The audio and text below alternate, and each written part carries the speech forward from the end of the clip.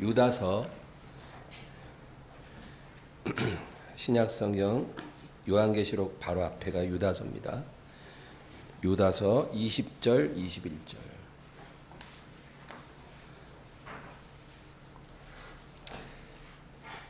20절 21절 합독하겠습니다. 사랑하는 자들아, 너희는 너희의 지극히 거룩한 믿음 위에 자신을 세우며 성령으로 기도하며 하나님의 사랑 안에서 자신을 지키며 영생에 이르도록 우리 주 예수 그리스도의 긍휼을 기다리라. 아멘.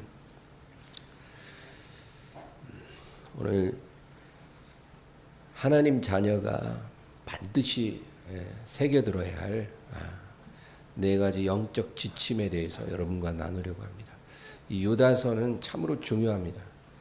한 장으로 되어 있는 책이지만 그 내용이 굉장히 중요하고 특별히 20절, 21절이 아주 중요하죠. 오늘 네 가지 영적 지침의 첫 번째는 지극히 거룩한 믿음 위에 자신을 세우라. 사람은 경제적으로 자립을 하고 또 사회적으로 어떤 안정된 기반을 가지면 자기 자신이 세워졌다고 생각을 합니다. 어떤 겉으로 드러나는 외적인 부분들이 든든하면 자신이 세워졌다 그렇게 생각을 하죠. 그런데 성경은 반대로 우리에게 말합니다. 우리가 중요하게 여기는 것들에 대해서는 성경은 아예 언급을 안 해요. 성경이 얘기를 안 한다는 것은 그게 중요하지 않다는 거죠. 그리고 성경은 우리에게 뭐라 그러냐면 지극히 거룩한 믿음 위에 자기 자신을 세워야 한다. 그것이 하나님이 아주 중요하게 강조하는 거예요. 우리는 이런 부분에 대해서 별로 생각을 안 합니다. 어떤 경제적으로, 사회적으로 우리가 잘 되는 것을 우리는 중요하게 생각하는데 하나님께서는 지극히 거룩한 믿음 위에 자기를 세워야 한다. 그렇게 말합니다. 여러분, 우리가 구원받았다고 거룩해진 건 아니에요. 그거를 구분해야 합니다. 우리가 구원을 받은 건 하나님의 선물입니다. 우리가 똑똑해서 우리가 의로워서 구원받은 게 아니에요. 하나님의 선물로 우리가 구원을 받은 겁니다. 구원받았다는 것은 우리가 예수님을 믿음으로 의롭게 여겨진 거죠. 그래서 하나님이 우리를 죄인이라고 보지 않고 의인이라고 보시는 거예요. 이렇게 구원은 받았지만 우리가 거룩해진 건 아니에요. 거룩이라는 것은 하루아침에 되는 게 아니고 구원받은 사람이 일평생 하나님 앞에 설 때까지 걸어가야 될 그 과정이에요. 근데 오늘 말씀은 지극히 거룩한 믿음 위에 너희 자신을 세워야 한다. 여러분, 예수님 우편에 못 박혔던 그 강도가 구원받았습니다. 마지막 순간에 구원받았지만 그가 거룩하다고 말하지는 않아요. 그냥 구원을 받은 거죠. 가늠하다 붙잡혀온 여인을 예수님 용서하셨다는 건 그 사람을 구원해 주시는 걸 의미해요. 그러나 그 여인을 거룩하다고 말하지는 않는 거죠. 근데 오늘 하나님께서는 구원받은 데 만족하지 말고 지극히 거룩한 믿음에 너 자신을 세워야 한다. 이게 하나님이 우리를 그렇게 세워주시는 게 아니고 내가 세워야 한다는 거예요. 책임이 나한테. 구원은 하나님의 선물이지만 거룩한 믿음 위에 나를 세우는 것은 내가 할 일이라는 거예요. 오늘날 교회에 소속된 신자는 많습니다. 우리나라만 해도 뭐 1000만 크리스찬 이런 말을 하지만 지극히 거룩한 믿음 위에 자기를 세운 성도는 많지 않아요. 이게 참으로 슬픈 일입니다. 믿는 사람이 이렇게 많으면 대부분 다 지극히 거룩한 믿음 위에 서야 되는데 그렇지가 않은 거예요. 근데 오늘 성경 말씀은 하나님이 우리에게 요구하는 게 바로 이거라는 거예요. 근데 우리는 여기에 관심이 없다는 거죠. 여러분, 거룩함은 뭘까요? 거룩함은 하나님의 가장 근원적인 성품이에요. 예. 우리가 지금 이 순간 하나님 앞에 탁 세워지면, 여러분, 우리가 하나님 앞에 딱 서는 순간 우리가 제일 먼저 느낄 감정이 뭘 것 같으세요? 기쁨? 뭐 평안? 감사? 아니에요. 우리가 하나님 앞에 딱 서는 순간 우리가 느끼는 감정은 거룩함이에요. 그 거룩함 앞에 압도돼서 우리가 엎드려질 거예요. 뭐 하나님의 따스한 사랑, 뭐 이런 감정이 아니에요. 제일 먼저 우리를 압도하는 건 거룩함이에요. 그래서 이사야나 사도 요한이 환상 중에 천사들을 보았어요. 이 천사들이 보좌 주변에서 하나님을 찬양하는 거예요. 근데 뭐라고 찬양하냐면 거룩하다, 거룩하다, 거룩하다. 네. 날개가 6 있는 그룹 천사들이 보좌 주변에서 두 날개는 얼굴을 가리고 차마 하나님의 거룩함을 볼 수가 없는 거예요. 또 두 날개로 발을 가리고, 발을 가린다. 지극한 겸손이에요. 내가 선 곳에서 거룩한 땅이니 내 신발을 벗어라 그랬잖아요. 발을 가리고 또 두 날개로 날면서 천사들이 뭐라 하냐면 거룩하다, 거룩하다, 거룩하다. 밤낮 하나님 찬양하는데 거룩하다, 거룩하다, 거룩하다. 여러분, 그래서 우리가 주기도문에도 제일 먼저 어떻게 기도하라 그래요? 주님이 하늘에 계신 우리 아버지요, 이름이 거룩히 여김을 받으소서. 제일 먼저 그 부분을 하나님 앞에 찬양해야 된다. 우리가 거룩한 하나님을 알지 못하면 우리는 절대로 하나님을 온전히 이해할 수 없을 겁니다. 우리가 하나님을 온전히 알기를 원하면 거룩하신 하나님을 이해해야 돼요. 거룩하신 하나님을 모르는데 뭐 하나님 사랑이시라, 그런 문제가 돼요, 여러분. 거룩하신 하나님을 모르면서 사랑의 하나님을 원하면 사람이 방종하게 돼요. 내가 뭐 이 정도는 하고 살아도 사랑 많고 자비로우신 주님이 다 이해해 주시겠지, 뭐 너그러이 용서해 주시겠지. 우리가 이렇게 쉽게 생각을 합니다. 물론 하나님은 우리 죄를 용서해 주세요. 그러나 거룩함을 알지 못하고 사랑의 하나님만을 우리가 구하면 우리가 하나님을 쉽게 생각해요. 그래서 우리는 거룩하신 하나님을 알아야 해요. 하나님은 하나님 스스로도 거룩하시지만 하나님이 창조한 세계가 거룩한 상태에 있기를 원하세요. 하나님이 만물을 지으실 때 그 만물이 거룩해지기를 원하시는 거예요. 그런데 이 하나님이 창조한 세계의 거룩함을 유지하는 것을 그 피조물의 생명을 유지하는 것보다 더 중요하게 여긴다라는 사실. 이게 중요해요. 우리가 성경에서 발견하는 게 그거예요. 하나님에게는 거룩이 생명보다 더 우선시돼요. 생명보다 소중한 게 어딨냐 이러죠. 네. 생명보다 소중한 거 없어요. 한 사람의 생명이 1000마리의 소의 생명보다 더 소중하죠. 왜? 사람은 존귀하기 때문에.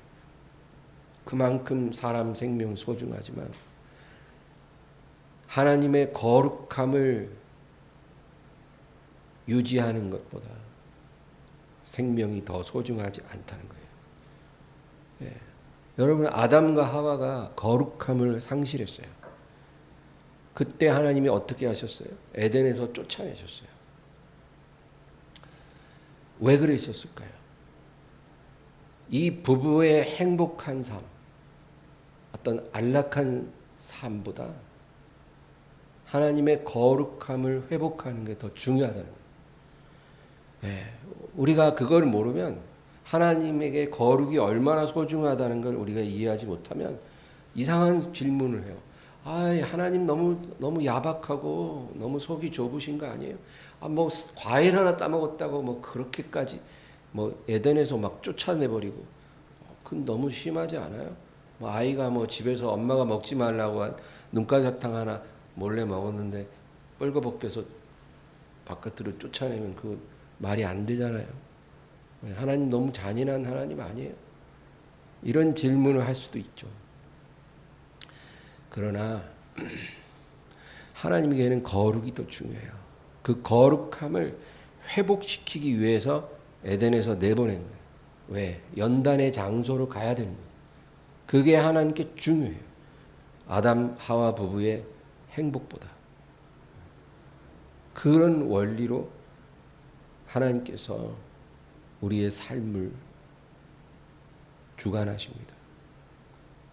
하나님을 이해해야 내 삶에 일어나는 일들도 이해가 되는 거예요. 노아 시대의 온 세상이 하나님 앞에 패역했어요.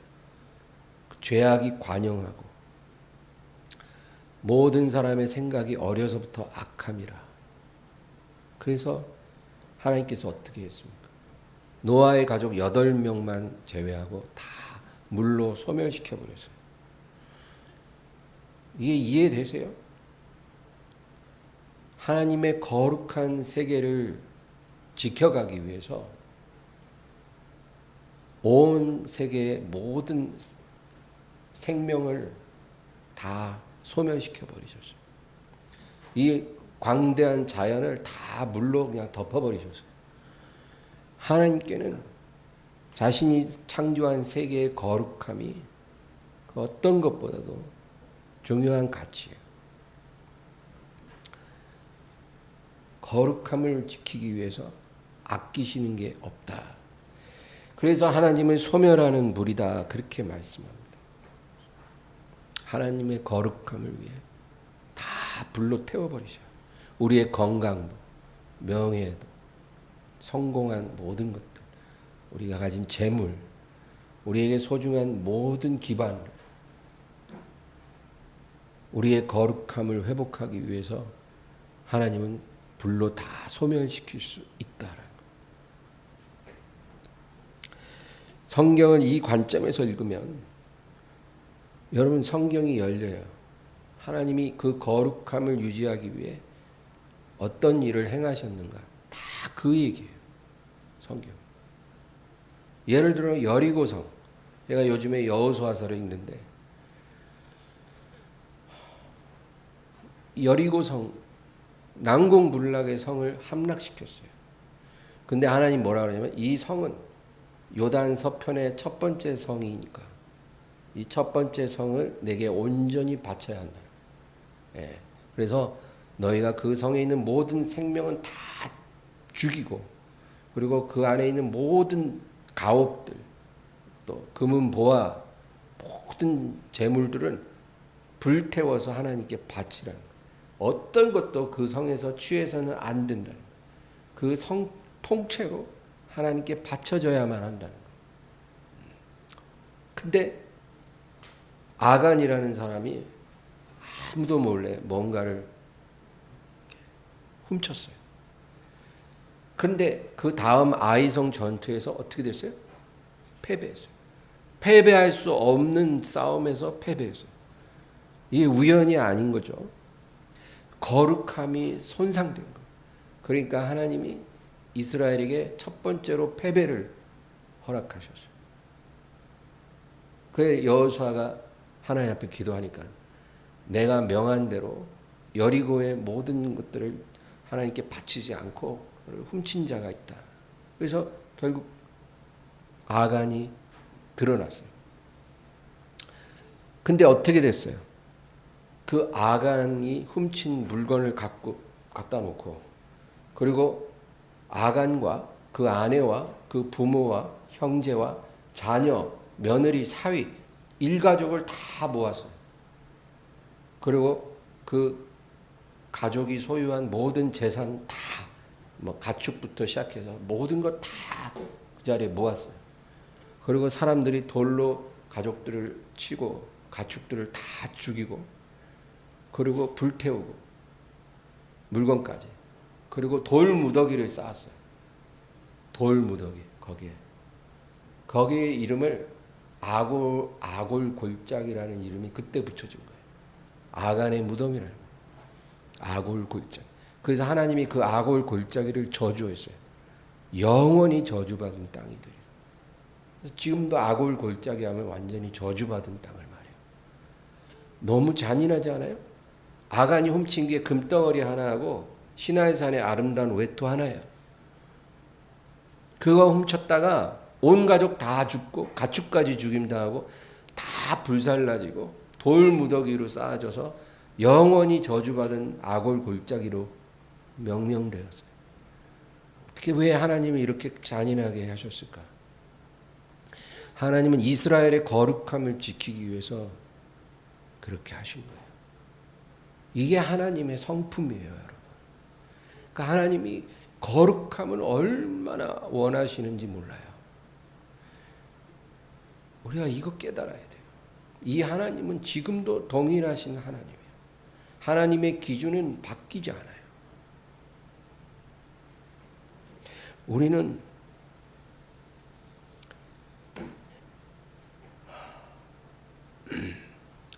너무나 오랜 시간 이 사실을 모르고 살았습니다.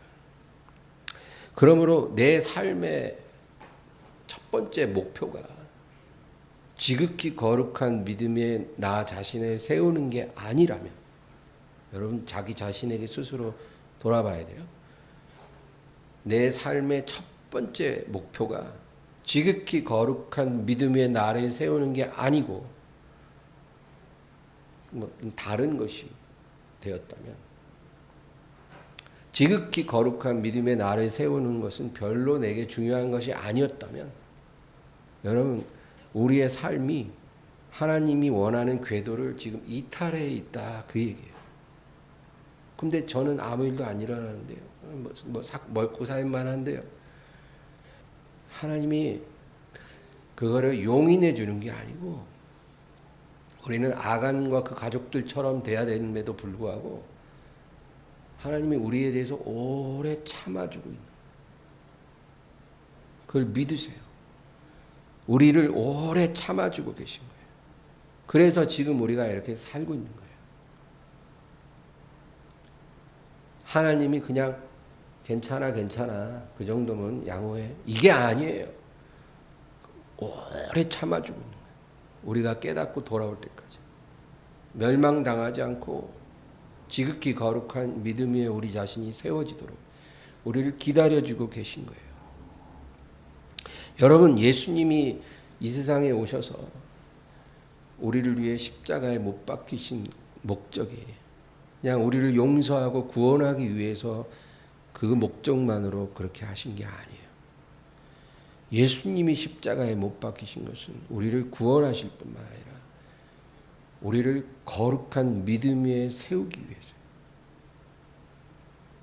그래서 하나님이 최후의 방법으로 독생자를 십자가에 내어주신 거예요. 이 비밀을 지금은 다 이야기할 수 없지만 여러분 그걸 깨닫게 되기를 축원합니다. 우리를 거룩하게 세우기 위해 예수님이 십자가에 못 박혔다는 사실을 잊지 마세요. 두 번째는 뭐예요? 성령으로 기도하라. 대부분의 그리스도인들이 그 자리에서 10분 이상 기도하지 못합니다. 여러분 만약에 내가 한 자리에서 10분 이상 기도하는 삶을 살고 있으면 스스로를 대견하게 여겨야 돼요. 대부분의 크리스찬들이 10분 이상 한 자리에서 기도하지 못합니다. 스마트폰 보고 텔레비전 보고 친구랑 대화하는 거는 1시간이고 2시간이고 어렵지 않게 하면서 하나님 앞에서 10분 이상 기도하는 거를 힘들어해요.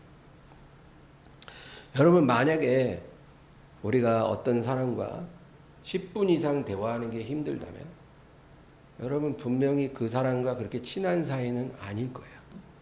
네. 정말 친한 사이라면 10분 이상 대화하는 게 왜 어렵겠어요?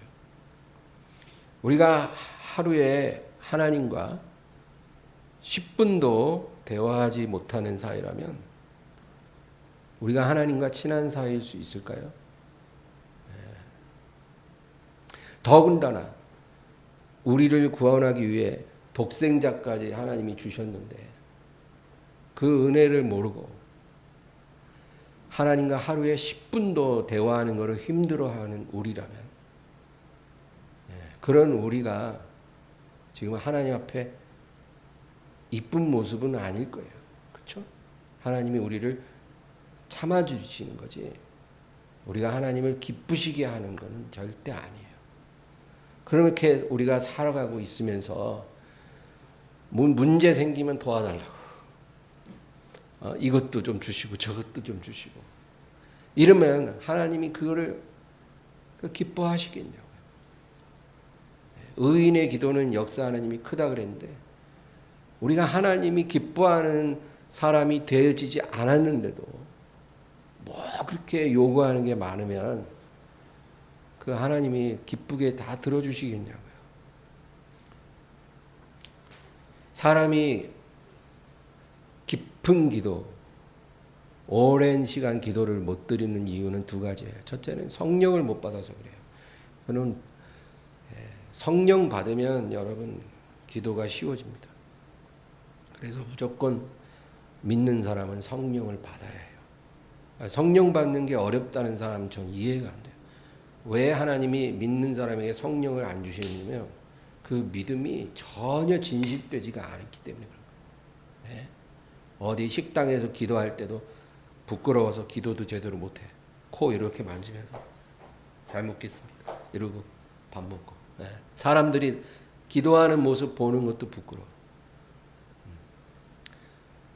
공공장소에서 성경책 펴 읽는 것도 부끄러워서 못 읽어요. 사람들과 대화하다가 내 신앙에 대해서 말하는 것도 못해. 뭐 사람들한테 맨날 전도하라는 말이 아니에요. 내 신앙을 숨기지 말라 이거예요. 근데 그것도 부끄러워서 감춰. 우리가 이런 믿음으로 살면서 성령을 받는다는 건 불가능한 일이죠.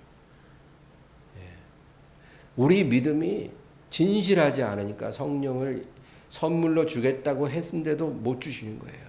믿는 자에게는 성령을 받으리니 했는데 믿는 게 아니거든요. 하나님 기준에서. 진실되게 믿으면 성령 다 주세요. 우리가 성령 받으면 기도가 쉬워집니다. 그리고 성령을 받았지만 우리의 삶의 방향이 잘못되면 여러분 기도가 힘들어집니다. 몸이 아프면 입맛이 없는 것처럼 여러분 우리 삶의 방향이 잘못되면 기도가 안 돼요. 그건 아주 자동이에요.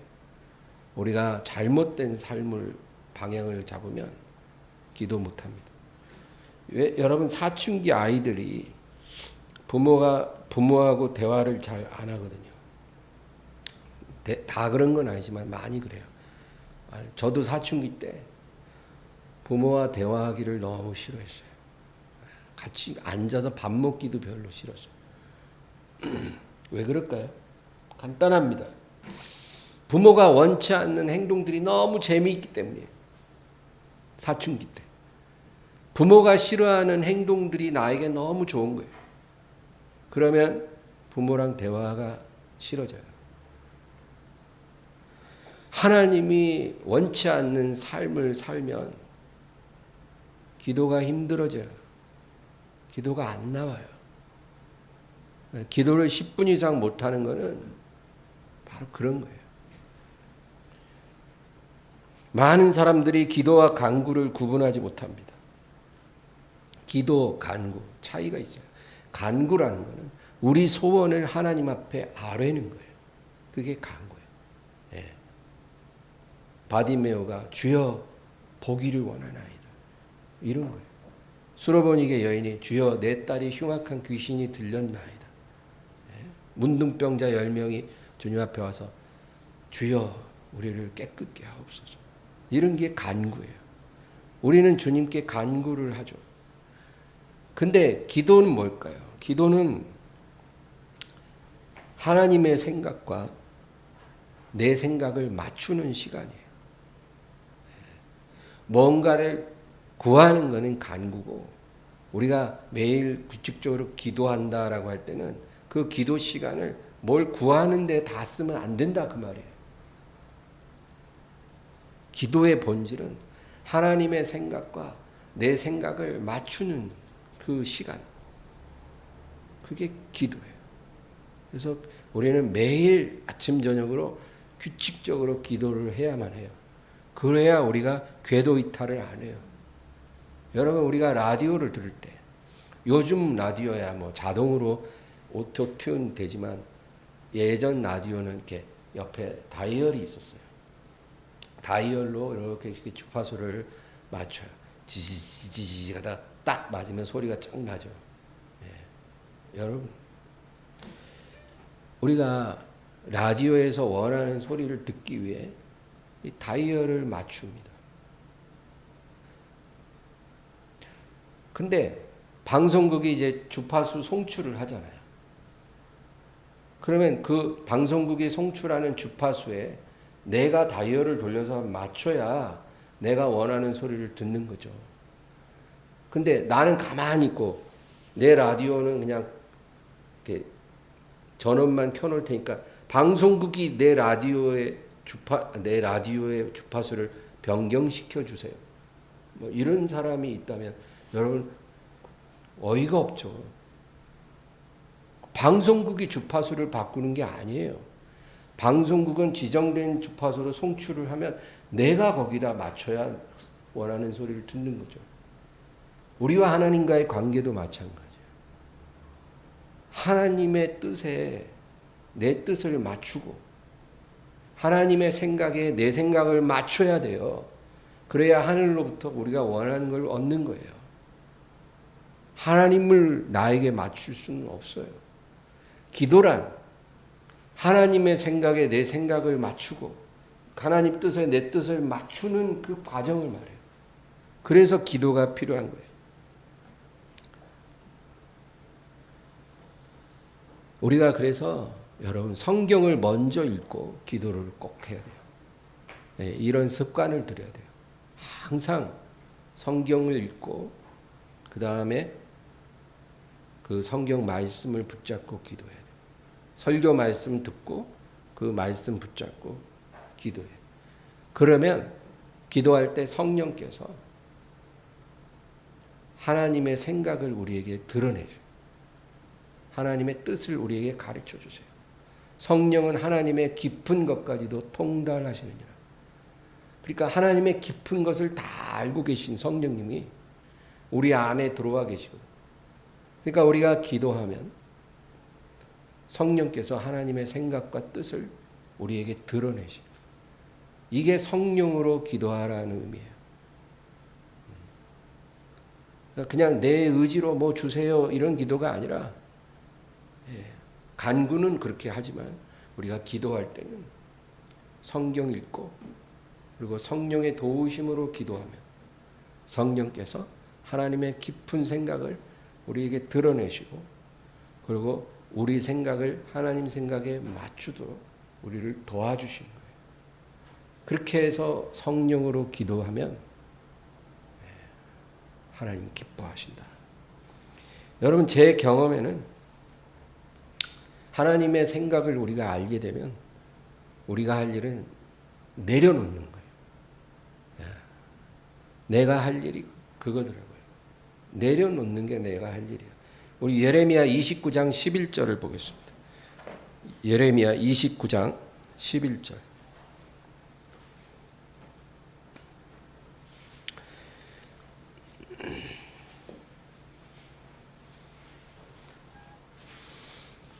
다 같이요. 여호와의 말씀이니라. 너희를 향한 나의 생각을 내가 아나니 평안이요 재앙이 아니니라. 너희에게 미래와 희망을 주는 것이니라. 여기서 뭐라 그래요? 너희를 향한 나의 생각은 뭐라고요?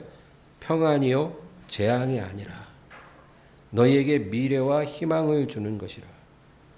여러분, 우리가 하나님의 생각을 안다고 하면 어떤 하나님의 계획을 다 안다는 그런 의미가 아니에요.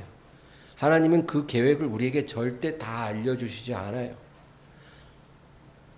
우리가 하나님의 생각을 안다고 하는 것은 하나님의 믿음을 받아들이는 걸 말해요. 하나님의 지혜를 받아들이는 걸 말해요. 그게 하나님의 생각을 아는 거예요.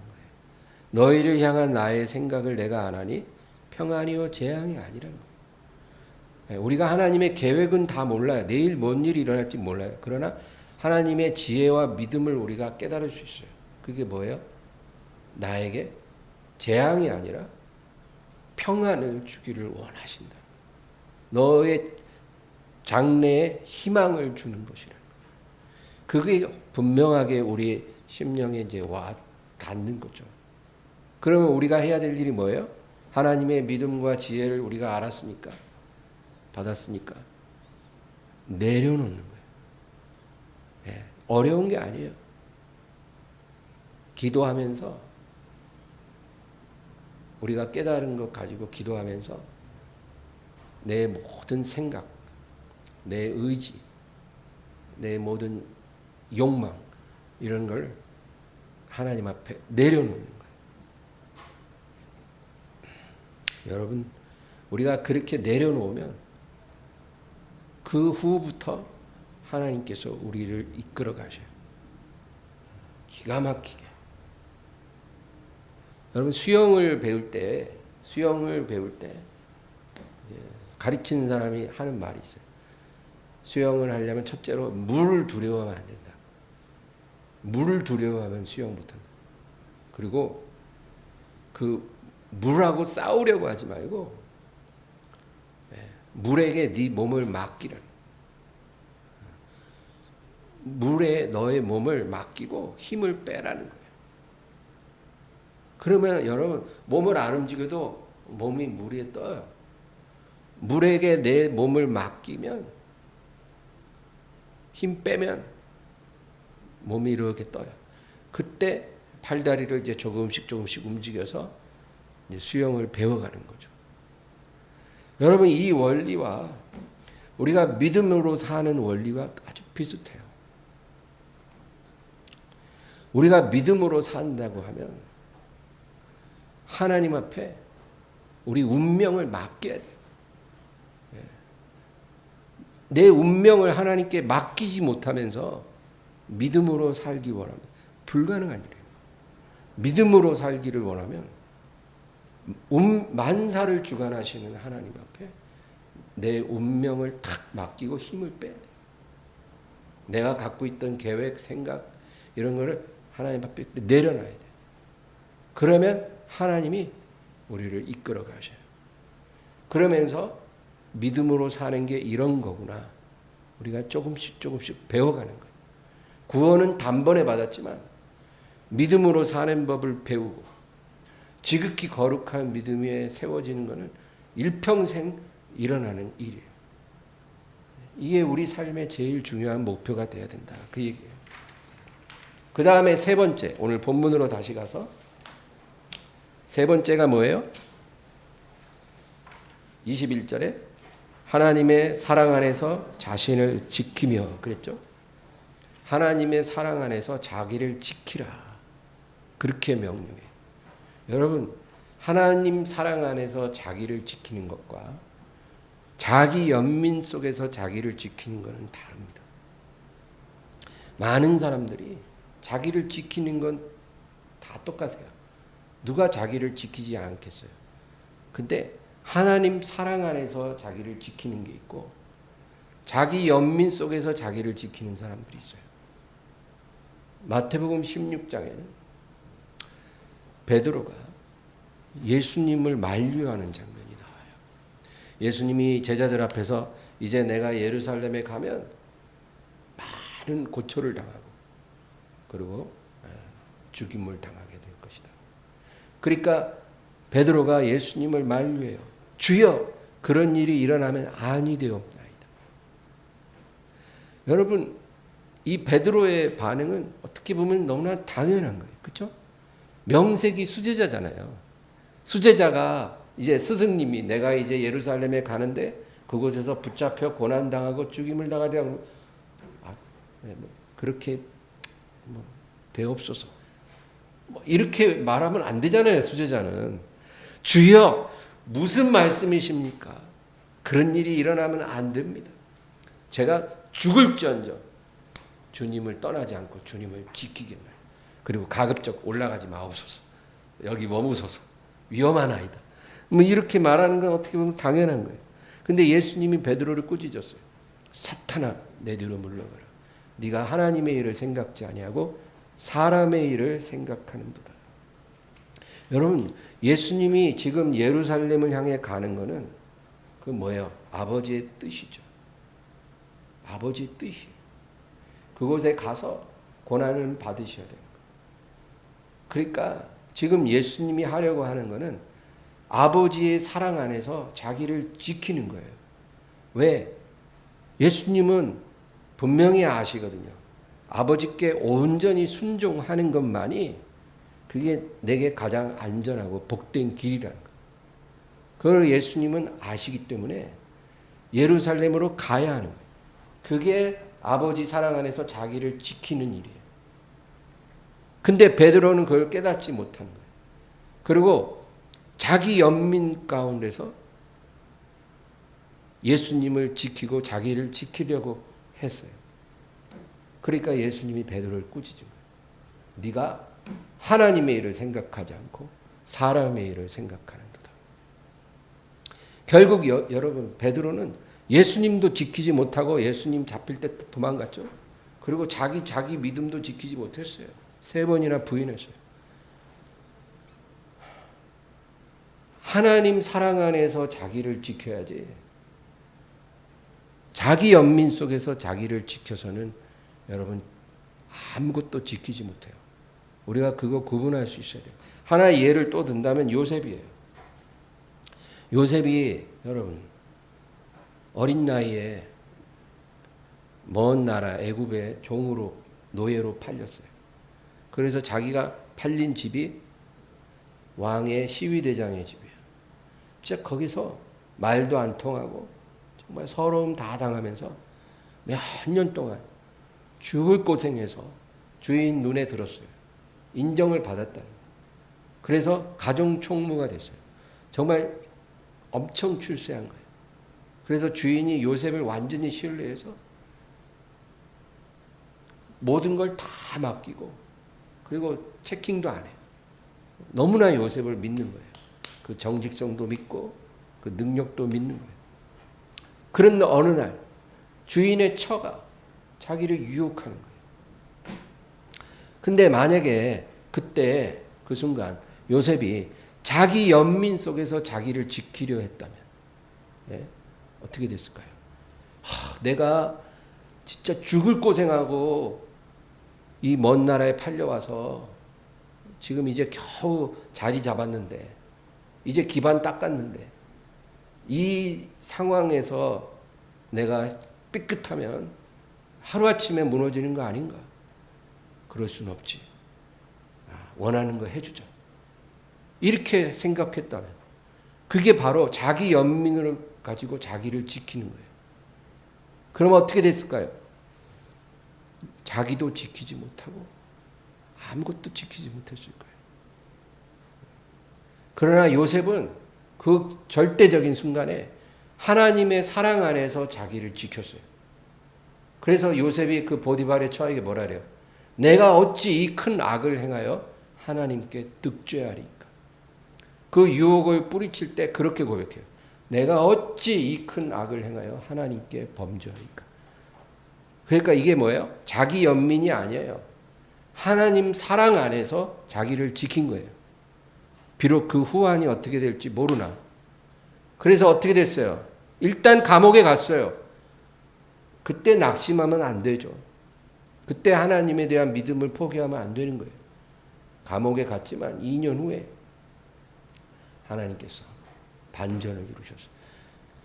여러분, 하나님 사랑 안에서 자기를 지키니까 그게 자기도 지키는 게 되고 그 가족들 70명이 다 요셉 때문에 살았어요.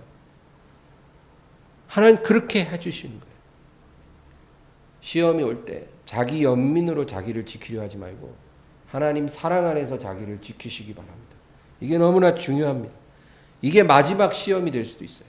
이 시험을 못 이기면 고생은 고생대로 하고 그냥 무너지는 거예요. 그 다음 마지막으로 네 번째, 영생에 이르도록 우리 주 예수 그리스도의 긍휼을 기다리라. 여러분, 바리새인들이 영적으로 무너진 것은 왜 그럴까요? 그들은 하나님의 긍휼이 더 이상은 필요 없다는 생각을 했어요. 예전에는 긍휼이 필요했겠지만 지금은 우리가 영적으로 섰기 때문에 너무나 거룩해졌기 때문에 하나님의 긍휼이 필요하지 않다. 그게 바리새인들이에요. 그래서 성전에서 기도하는 두 사람 이야기 보면 그 바리새인은 서서 기도할 때 회개를 안 해요. 회개 기도가 없어요. 그리고 늘 하나님 제가 11조도 했죠. 봉사도 많이 했죠. 금식 기도도 늘 하죠. 제가 여러 가지로 하나님을 위해 많이 일했으니까 그거 다 기억해 주시고 내게 복을 좀 주시옵소서. 이런 기도만 하는 거예요. 이게 바리새인의 기도예요. 여러분, 우리도 이렇게 변할 수 있어요.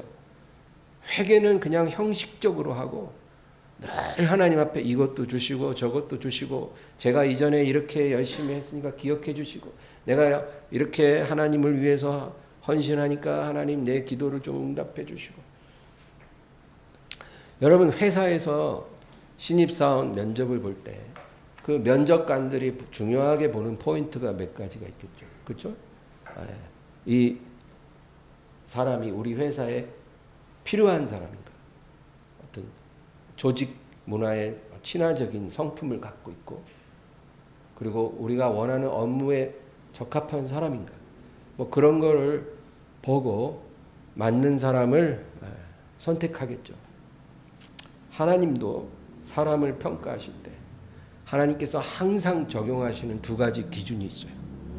우리가 이거 알아야 돼요. 하나님 앞에 우리가 면접을 보거든요. 하나님이 항상 예나 지금이나 모두에게 적용하는 두 가지 기준. 뭘까요? 그는 진실한가? 그는 겸손한가? 하나님 이 두 가지만 보세요. 이 두 가지가 우리 안에서 합쳐지면 참된 회개가 나와요. 우리가 정말 하나님 보실 때 진실하고 또 하나님 보시기에 겸손하면 우리는 하나님 앞에서 항상 참된 회개를 하게 돼요. 회개할 게 늘 있는 거예요. 회개. 아무리 경건한 주의 종이라도 회개할 게 늘 많아요. 그렇게 우리가 하나님 앞에 참된 회개를 늘 하면 하나님의 응답이 뭐냐면 긍휼이에요. 우리를 긍휼히 여기십니다. 그래서 오늘 말씀에도 영생에 이르도록 우리 주 예수 그리스도의 긍휼을 기다리라 그랬어요. 너희가 영생의 면류관을 쓰는 그날까지 예수 그리스도의 긍휼을 기다려야 한다는 거예요. 기다리라. 이 표현은 정확한 의미는 구하라는 거예요. 영생의 면류관을 씌워주실 때까지 예수 그리스도의 긍휼을 구하라. 그럼 긍휼을 구하기 위해서 어떻게 해요? 참된 회개가 있어야죠. 참된 회개를 위해서 우리 안에 진실과 겸손이라는 두 마음이 필요해요. 교회 직분이 크다고 많은 일을 한다고 하나님의 긍휼이 필요 없는 것처럼 행동하지 마시기 바랍니다. 그러면 우리도 바리새인이 되는 거예요. 여러분, 우리 본문 다시 읽고 마치겠습니다. 20절 21절 다시 한번 읽겠습니다. 사랑하는 자들아, 너희는 너희의 지극히 거룩한 믿음 위에 자신을 세우며 성령으로 기도하며 하나님의 사랑 안에서 자신을 지키며 영생에 이르도록 우리 주 예수 그리스도의 긍휼을 기다리라. 여러분, 오늘 제가 또 한 가지 당부하고 싶은 거는 항상 성경을 말씀을 읽고 또는 설교 말씀 듣고 기도하세요. 꼭 그렇게 하세요. 그 좋은 습관이에요. 성경 말씀 따로, 기도 따로 이렇게 하면 안 돼요. 항상 말씀을 먼저 읽고 그 말씀을 붙잡고 기도해야 돼요. 그러면 우리 믿음이 놀랄 만큼 빨리빨리 자랄 거예요. 콩나물 자라듯이. 네.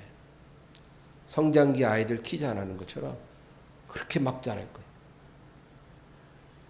그렇게 믿음이 빨리 자라고 강하게 견고해지면 하나님의 선한 역사도 우리 삶에 우리 기대 이상으로 넘쳐나는 거예요.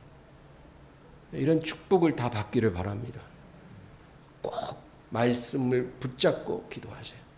기도할 때 그냥 성경 한 페이지 읽고 딱 덮어버리고 막 이거 주시고 저거 주시고 이렇게 기도하지 말고 말씀이 내게 말씀하신 대로 그거 붙잡고 기도 많이 하세요.